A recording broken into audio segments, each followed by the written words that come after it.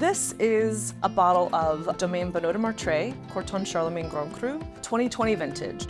Now, there are probably people who think this is a baby, which it is. It is. But one of the things that I think is very important is you have to drink wines young, middle-aged, and old to understand how they're going to evolve. That's how we learn. They're like people. Exactly. You want to know them their whole life.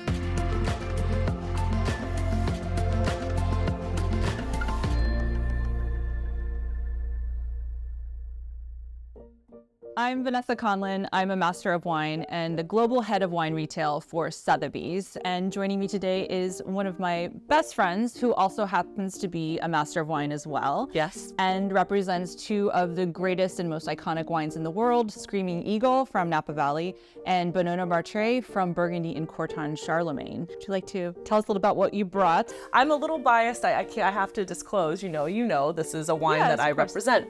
But I love it very, very much. And I've had it for, in vintages back to the 70s. These are wines that can age. That's part of what makes them so exciting. And what I love about Chardonnay like this is just that refreshing acidity and the satin texture. And I get back to structure. One of the things that's very daunting about Burgundy is that they don't label the wine by the grape variety like we do.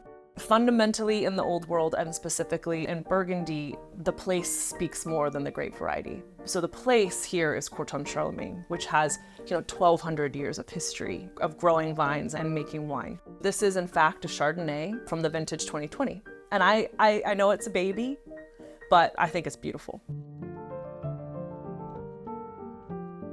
So we've said Master of Wine a number of times, but would you explain that? How many are there in the United States? What does it mean? How is it different from being a sommelier, and why would anyone pursue this crazy credential? The Master of Wine really is the Mount Everest. It's the highest credential in the world of wine, truly. There were just a few newly named Masters of Wine. I think we're looking at less than 60 in the United States. Yes. Globally, there's over 400. How is it different than a sommelier? Well, I would say one thing is we don't have to, in order to pass this exam, do any level of service, Thank right? goodness.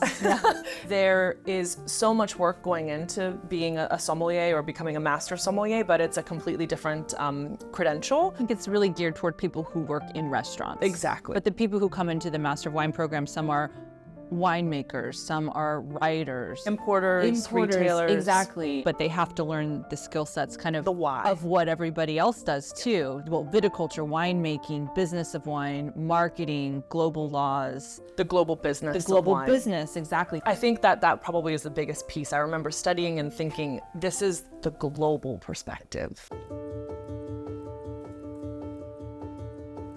When you were studying, was travel a big part of how you learned what you needed to know to pass the exam? Theoretically, you can read a book, and let's take one of the hardest, wine regions. Let's say sherry, for example. Fortified wine from Jerez in Spain. You can read all you want about that, but you can't really fully understand a place unless you've been there. And sometimes when I travel, when I feel really out of place, whether I'm in Italy or Germany or Austria or France or wherever I may be in the world, especially if I don't speak the language, we've always said wine is the universal language. Like you get a wine list and I see that list of Burgundies and I suddenly feel like I'm at home. I have friends here. Exactly. I may actually know some of them, but moreover, I know the regions and I know it makes me feel at home. So I think that's why, for us, I think it's a love of education and just the empowerment that comes with that. Absolutely. Thank you so much for being here today, for coming on A Drink With. It's been a pleasure. Cheers.